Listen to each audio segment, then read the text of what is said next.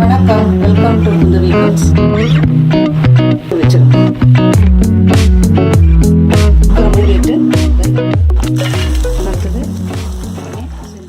வணக்கம், welcome to Kundavai cooks. இன்றைக்கி beans பொரியல் செய்ய போகிறோம், பார்க்கலாம்.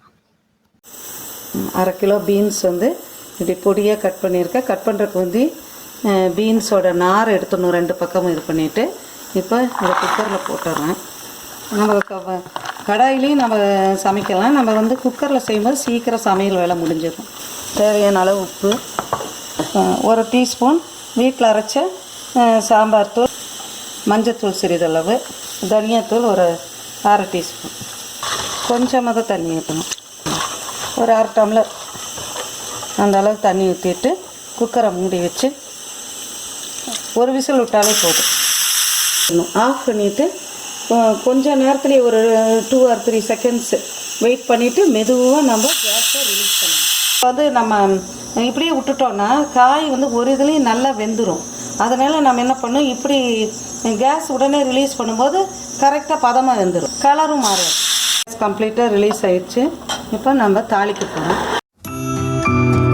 இப்போ நான் ஒரு 3 டீஸ்பூன் தேங்காய் எண்ணெய் ஊற்றியிருக்கேன். எண்ணெய் காஞ்சிருச்சு. இப்போ ஒரு 1/2 டீஸ்பூன் கடுகு ஓரளவு பொரிஞ்ச உடனே கடலைப்பருப்பு இதெல்லாம் நம்மளுடைய ஆப்ஷன்ஸ் தான். எவ்வளோ நிறைய சாப்பிட்றோம், கொஞ்சம் அதிகமாக போட்டுக்கலாம்.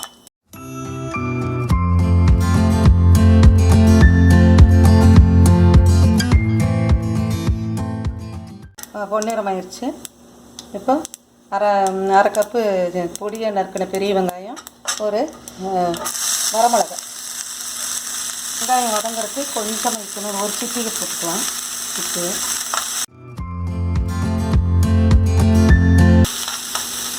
கருவேப்பிலையை கையில் அப்படியே கிள்ளி போடுங்க. வெங்காயம் நல்லா வதங்கிடுச்சு. வேக வச்ச பீன்ஸை அதில் போடுறோம்.